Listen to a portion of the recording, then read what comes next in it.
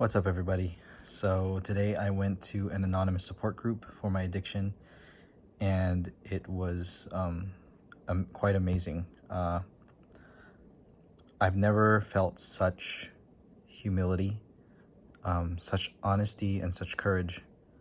And from just, it was my first time, and there's quite a bit of people, a lot more than I expected, and when I first walked in there, I walked in there a little early, and there were only like a couple people in there. But then they kind of poured in, and they also had like a Zoom meeting join the room, so they were there in person and also joining up with people in a Zoom meeting from around the world. I heard some interesting English accents, so I think they're around the world, and knowing that we're all struggling with the same thing and sharing the stories. And they had a few stories shared, and then since I was the first timer, the newcomer, they kind of specialized the meeting for me, and it was awesome. They shared their stories. They encouraged me to share my story, and I did. And they're so supportive, and all like saying my name, like interesting to hear a bunch of new people I've never met say my name with such like love. And when you hear about anonymous support groups, you think, okay, this is just a bunch of addicts talking about their successes and failures, and that is what it is. But it's like, once you're in there, it's like it took a lot of courage just to step in there, and just the humility that you see. It's like people know that they need help, and we all know that we need help. So it was just a beautiful experience, and I do want to keep going. So I have been sober from my addiction for 12 days, I think, which isn't that long. It's not very long. It's long for me, but seeing in there some people coming in talking about they're sober for only 4 days, but then some people talking about they're sober for like 5 months, 7 months. I'm like, wow, good job. And then some people saying since 2015, 2017. And I'm like, it's like, and no matter how long your sobriety is, they congratulate you. They're like, good job, and that kind of support from people who relate to exactly what I'm struggling with. And what's interesting is that like I know that this kind of support group is like non-denominational, but it's based on the 12-step program, which was written by Christians. And I'm already Christian. As you can see, I framed this video with Jesus in the back. I'm Catholic, and the meeting was held at the rec center of a Catholic church, and so the setting was familiar to me, but I know I'm sitting with some people who are not Christian, and it's all the same. Everyone just admitting, like, I need help, I'm an addict, this is my story, I've been sober for this long, and like these are my strategies, this is what I've done. People telling about what they've done, and I told what I've done, and it's just an open floor for just pure open. Just like, I just gotta repeat the words honesty and humility, because those two things, and of course courage. So I do want to keep going, if only just for the community.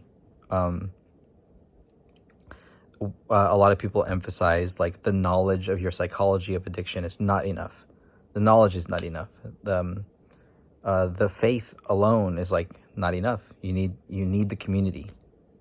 And yeah, I think that's all I have to say, really. Obviously, it's an anonymous group. I can't talk about anything. Obviously, not going to name any names. You guys know me, but I just want to admit that I went to one, and it was quite incredible. I mean, people. I mean, you see it in media, like anonymous support groups, but actually being there is really quite something. So, if you are listening to this and you have some kind of addiction, you're an addict, and you're trying to beat it, like, I highly, highly encourage it. It's you might be resistant to it. You might be angry with yourself. You might be like, might have some pride that you wouldn't want to try something like that. But it seems like it's something that works. I mean, I know it's only my first day, but from experiencing that, I think it will work for me. Obviously, it's not the only thing I'm doing. I'm trying a number of things to help with my addiction, but yeah, it's beautiful. I'm blessed. And one of the things in the 12-step program is like I know I'm in a better place right now, which, thank God for. But I still have to deal with the damage that I've done. And one of the steps, I don't remember what step, like 8 and 9 or something, is like making amends with the people you've hurt. And I know that, like, I'm on my own personal journey, but I still live in a community. I live in a network of people, including the people I've hurt. So I know, I think through the program, you learn to make amends with people. But it's something I want to learn. So the addiction that I'm speaking about is only one of my problems. Throughout this whole process, I've learned about other problems that I have, like another addiction that I have, which not as strong, but it's there. And also the lying. I have to address the lying, which I talked about in another video. And I need to address like my work ethic, right? Because when you have an addiction, you waste time, you waste resources, you waste money. You lie to people, you sneak around. And once that stops, I need to replace the behavior with something good, something productive, something that serves others. And so that means improving my work ethic. So it's like all-encompassing, changing everything that I'm experiencing right now. With the grace of God, I know I'm on the right path, and I'm blessed to be on the right path. And I'm still kind of scared of, because even one guy mentioned in the group, like, it's not when things are bad that there's danger of relapse. It's when things are going good. And that's something I've been really thinking about throughout this whole process, is like, I better not get complacent, right? Like, even no matter what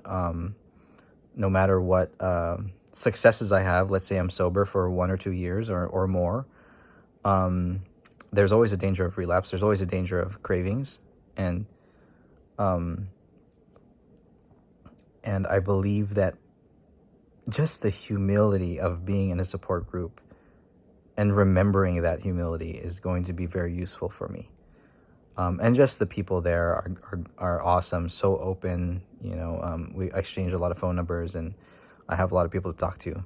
And what's great is that none of them are in my social circles, so I don't have to worry about people gossiping, and I don't have to worry about people judging me. I know there's a number of people who I've already hurt that are going to judge me and hate me, but I'm at a point where it's like, let them think what they want.